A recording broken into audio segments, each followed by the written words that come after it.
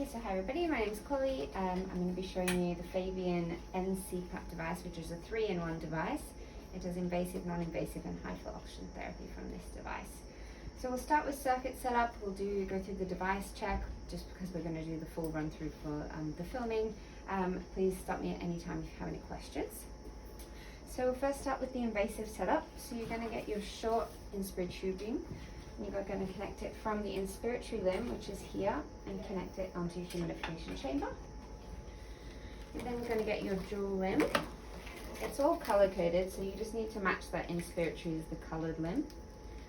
So you're going to connect that onto the other port there. This is your expiratory tube. So we'll go through the device check, but one of the checks asks you just to check the membrane holder and the membrane inside. So each membrane holder has a little membrane. You just want to see the numbers facing outwards and just make sure that it's positioned correctly in there. This just screws back on like so. This is not single patient use, so at the end when you're stripping your ventilator down after each patient, this will get sent off for cleaning. So don't throw that away, but the rest is single patient use. Then your expiratory tubing connects onto here. Here we have a proximal pressure line, and that just connects onto the middle. We then need to attach our flow sensor, and I've just got a test lung attached there as well, and that will go on the top. Surround.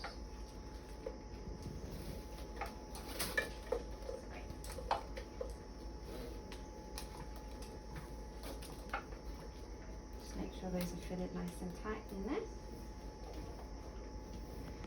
You then have your heater wire cables, so you're just going to be connecting those as you normally would. So you're going to have your blue one that sits here. So you've got humidification up to this point. This bit is not humidified because ideally it would be sitting inside your crib. If you don't have a heated crib like so, you can remove this section so that otherwise you'll get rain out issues there. So just got to make sure that is kept warm, and the idea is that will be sitting inside. And then you're going to connect your other cables into here.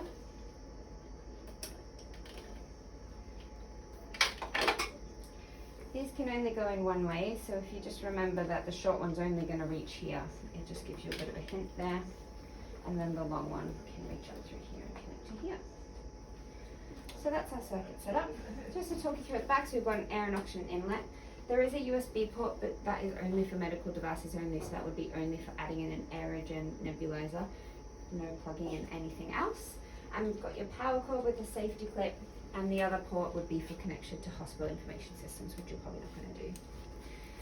So in the IFU, which I've sent to Alison, there is a page that says the device check. So it is on page 38. I would recommend laminating that and sticking it to the side of your vent, because you need to do this at the time that you set up. So most of it we've already done. I'll just talk you through it and then you can review it yourself. So it says gas supply, so we connect our air and oxygen, which we've done. Our breathing circuit we've connected. Then we're going to next switch the Fabian on, so that's what we'll do next. We're going to switch it on. So before we do that, I'll just talk you through the screen. So we have a rotary dial, so it's turn, turn and click to confirm. We have an on off and a start standby button. This is for your modes and to get back to the home screen. Graphs and trends, calibration and settings. We've got a change of scales, O2 flush, manual breath, silencing, alarm settings. This will be to flash any alerts or alarms. A static green light means the battery is fully charged. A flashing light means that it's charging, and an amber battery light means that you're running out of battery. We recommend the device be kept charged at all times, but you do have some battery life, so if you needed to move patients around the bed spaces, you do have a battery life in there, but when it's in use and out of use, you do recommend to be plugged in at all times. So we're going to press it on to start. It's going to do some startup checks, so you'll see some dots appear upon the screen. It'll move across the screen and then it'll list you everything that's tested. It'll say okay, okay, okay, okay. If anything was not okay, it'll alarm at you and you need to address that and not put that on the patient at that time. It's going to start up shortly.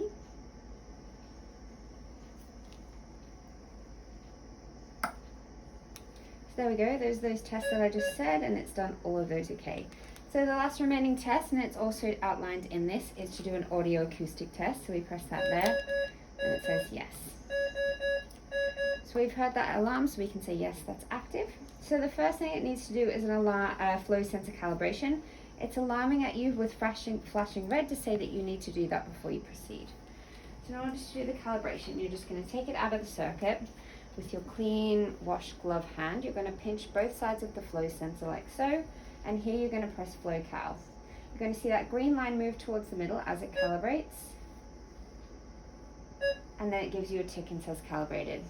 That alarm's now no longer flashing because you've addressed that alarm. If you want to get rid of that banner, you can just press silence and that will go away. So any active alarms will be flashing. If you've addressed them, they'll just be a static grey, and to get rid of the message, you just need to press silence.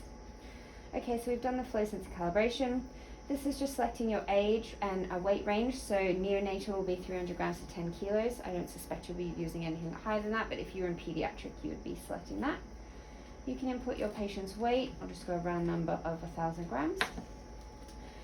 The device will do an automatic O2 calibration. You'll see it run shortly. It'll say O2 calibration running, so it'll calibrate from 21 to 100%. However, if you wanted to check for yourself that it's been done, you can press O2 sensor, and it tells you the last date and time. So if you wanted to confirm for yourself, you can do that. Great. SpO2 sensor, that would be if you had an SpO2 cable plugged in the back. You don't, so I won't go into that now. So once we've done that, we can go to the home screen. So the first thing we need to do is just follow the checks that the device check says. So once we've turned on, we've done the audio acoustic alarm, we've checked the O2 sensor. So it asks us to go into the CPAP mode. You can press there. So to do that, we press mode and CPAP. Press it twice till it's green, so it's active. So now we're in CPAP mode. It asks us to turn the CPAP to 5. So let's say we'll turn it to 5. And then it asks us to set the manual breath to 80. So turn this all the way up. When you see that lock, it's just a soft limit. Just click it and you can continue to turn it higher. Put that at 80. Then it asks us to press and hold the manual breath to see that the pressure goes to 80 plus or minus 4. You can see from the graph there that it does, so that's past that check. It just outlines as well to make sure you return the P manual back to a safe limit for the baby before you exit this page. So we'll put it back to what it was at 15. So we've passed that test. The next one we're going to go to IPPV mode. So we press mode, control, and IPPV. Activate that mode. It asks us to put the iFlow to 10, the PEEP to 5, the P inspired to 20, the iTime to 1,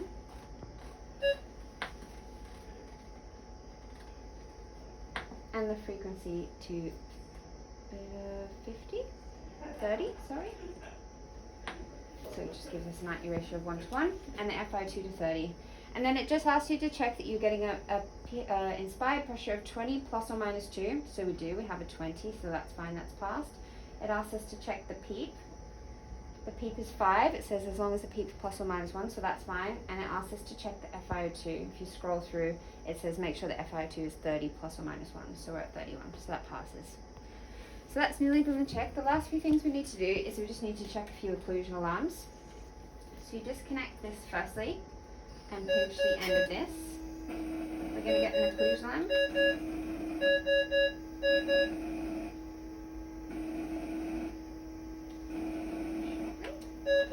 There we go. So we've got that occlusion alarm, so that's fine. That's passed that test. The next one we need to do is disconnect the expiratory limb from here and occlude. Obviously, again, with your clean gloved hand. Not put these in very tight, have I? There we go, we get an occlusion alarm again, so that's fine, that's passed.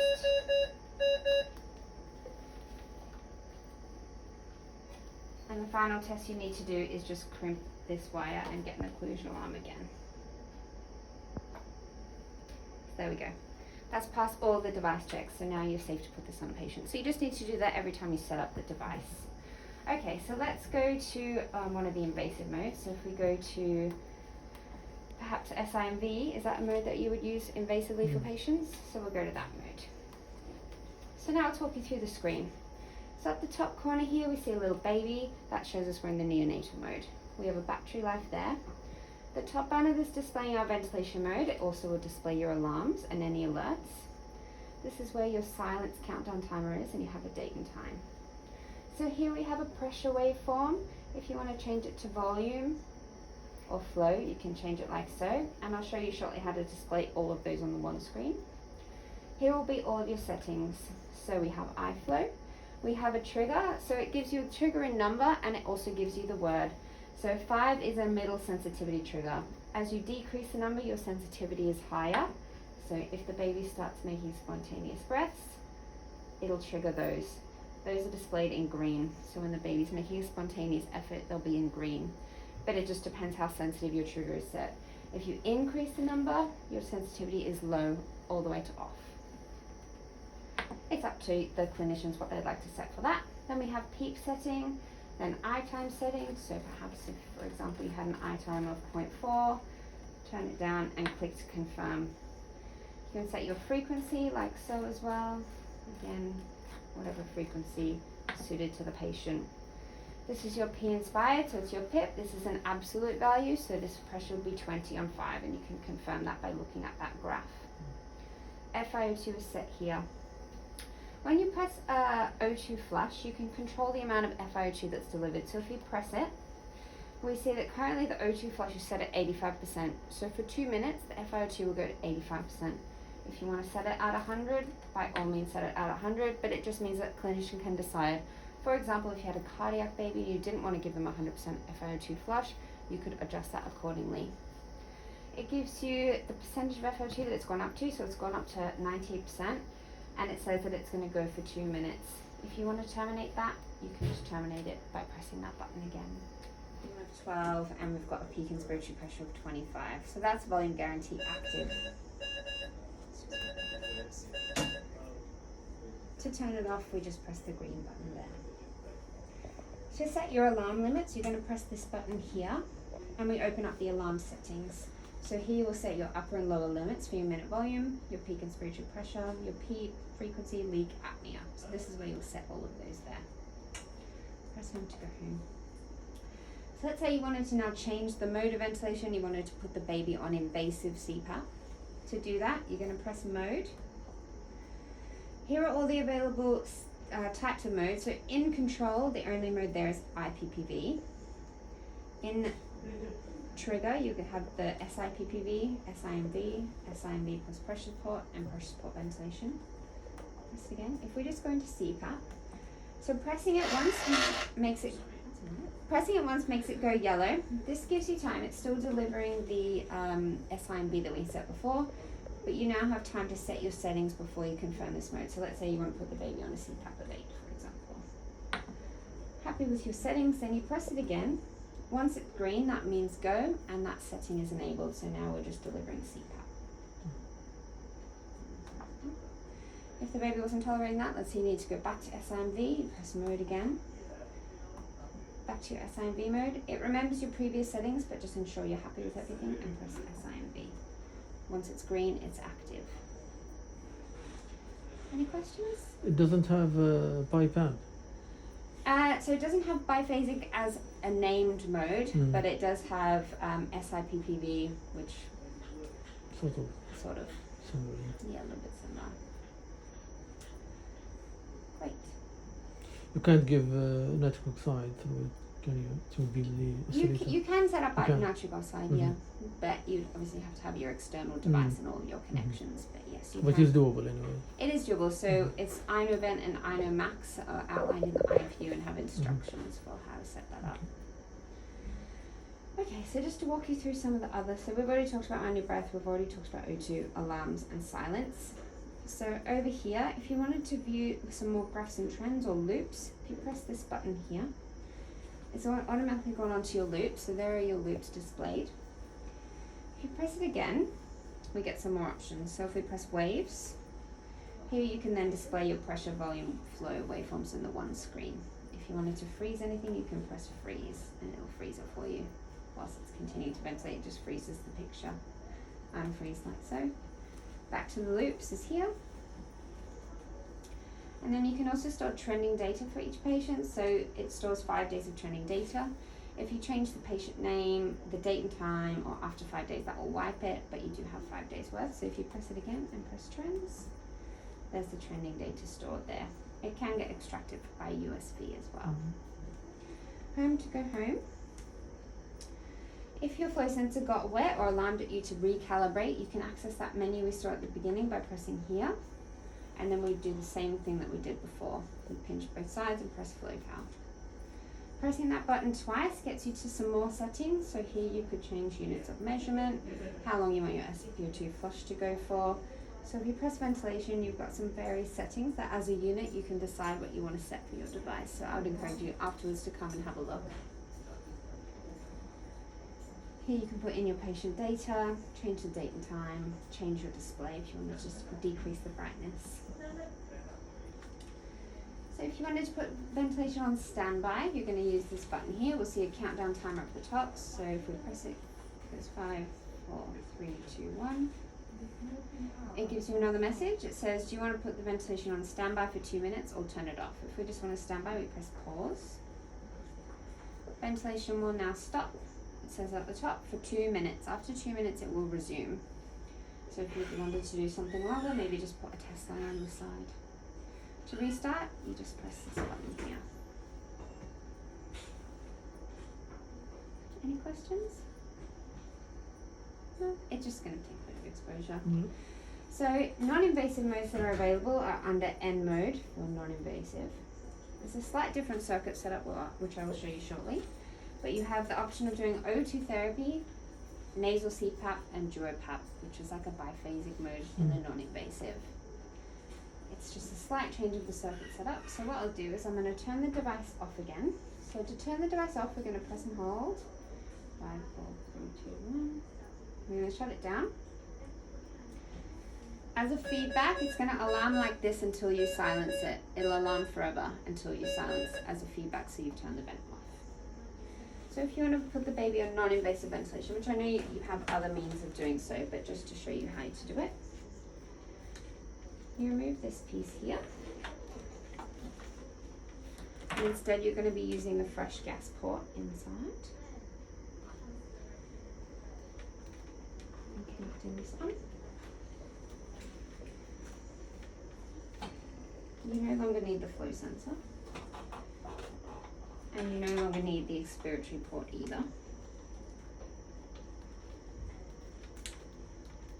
You can keep it connected because if your baby needed to be reintubated for any reason, you can keep it there all connected if you like. You're going to get your flow, generator. So this is Infant Flow LP. Connect it on there. And just change this tubing over. So even though this is all connected, all you need to do is send the air from the vent to the humidifier and then straight to the patient. Excuse me. And that connects on. When you turn the device off, you're just going to turn the flow sensor off because we don't need that for the NIV. It's going to ask you to do the same test. It's going to say, can you please do the audio acoustic test, which we'll do.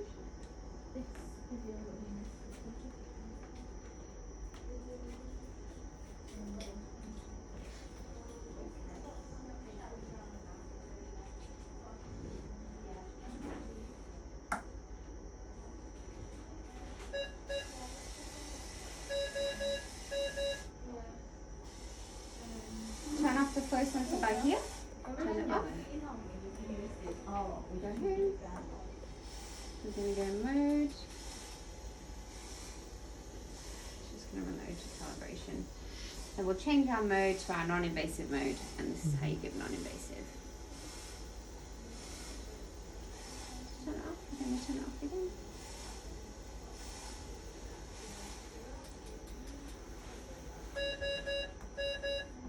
And that is the end. Thank you very much. No worries.